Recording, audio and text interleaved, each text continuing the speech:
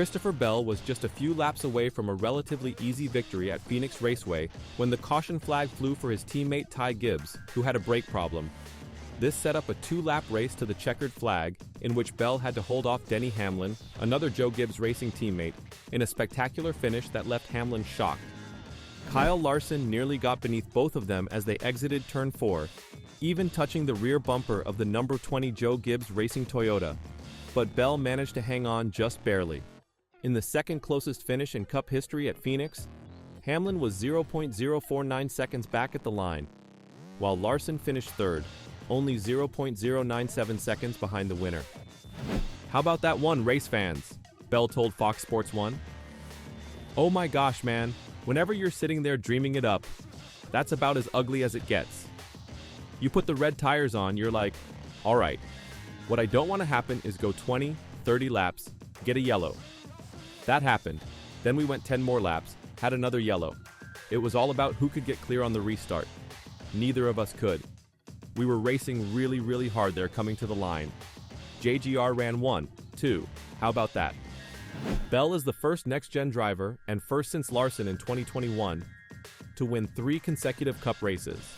After being crashing off the front row during the Daytona 500, he returned with a fury, winning thrilling races in Atlanta, COTA, and now Phoenix.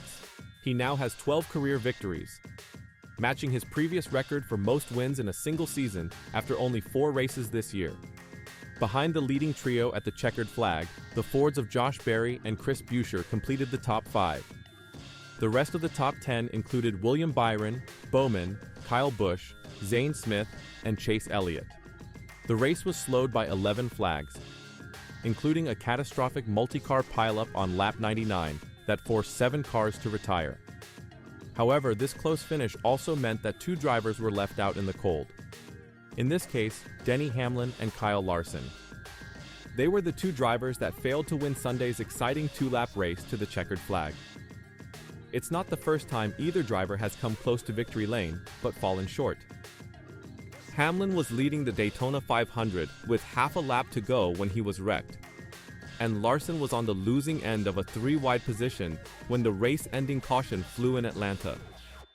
They were both determined to deny Bell his 3rd consecutive Cup Series victory on Sunday in Phoenix, and a late race caution provided them with the opportunity to do so. Hamlin had the advantage heading into the last corner, but Bell pushed it in deep, sending both drivers up the track. It took everything Hamlin had not to slam his car into the outside wall, but he wasn't surprised by the result. "We got a good restart," said Hamlin afterwards.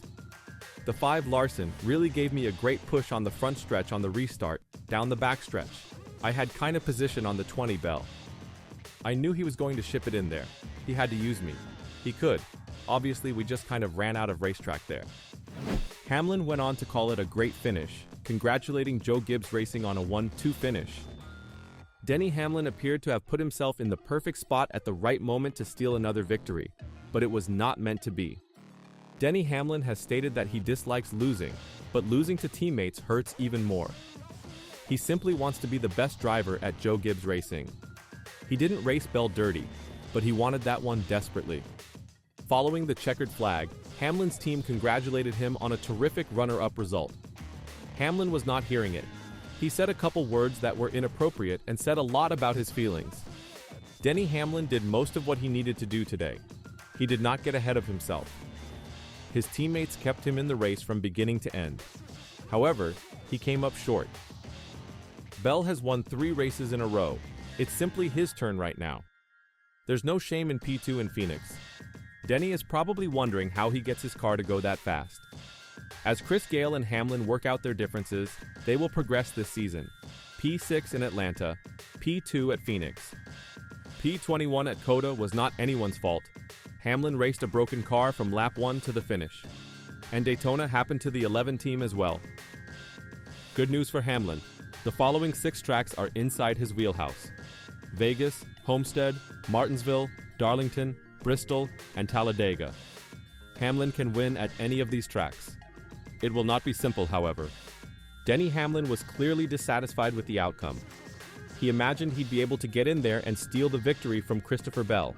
It almost happened too. What I like is that Bell did not put Hamlin in the wall.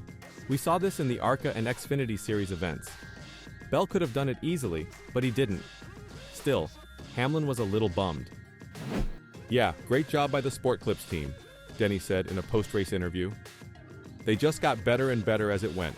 Pit crew did a phenomenal job to keep us in the game when we had a bad stop in the middle, and they made up for it in the end." The pit crew did an excellent job. Christopher Bell's crew was outstanding on the day. Denny Hamlin brilliantly blocked Larson at one point, allowing Larson to gain momentum up the track. It wasn't quite enough to exonerate Bell. It was the first time we were able to get some clean air all day, and obviously our car was really fast, Hamlin explained. "I really kind of wanted it to stay green there, because I thought in the long run was really where we were going to be able to excel, especially on these tires. But we got a good restart. The 5 really gave me a great push on the front stretch on the restart, and then down the back stretch. So I had kind of position on the 20, but I knew he was going to ship it in there, and if he had to use me, he could. Obviously, we just kind of ran out of racetrack there, but great finish and great job by the whole Joe Gibbs team to give us some fast cars." Denny Hamlin's finish was his best of the season, his second top 10 finish, and his best since finishing second at Richmond last year. Of course, he will hope for a little more in the future. In addition to the points he'll receive for finishing second, Denny Hamlin earned stage points in both Stage 1 and Stage 2. He finished 8th in the first stage and 6th in the second stage. But Hamlin wasn't the only one who left the track disappointed. Larson also was once again on the losing end of a 3-way battle for the win, but when the JGR drivers surged up the track in the final lap, the door nearly opened wide enough for him to slip through. He even swiped across Bell's rear bumper at the corner exit, coming up 0.097 seconds short of victory. "I felt like that was my only hope," said Larson, who got himself a great exit in case the JGR teammates tangled. "Yeah, I felt like I made the correct decisions there. I don't know. I'd have to look back at it."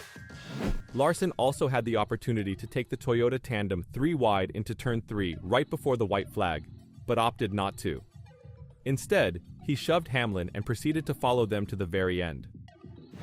"I thought being patient to try and keep them side by side down the back was good," explained Larson.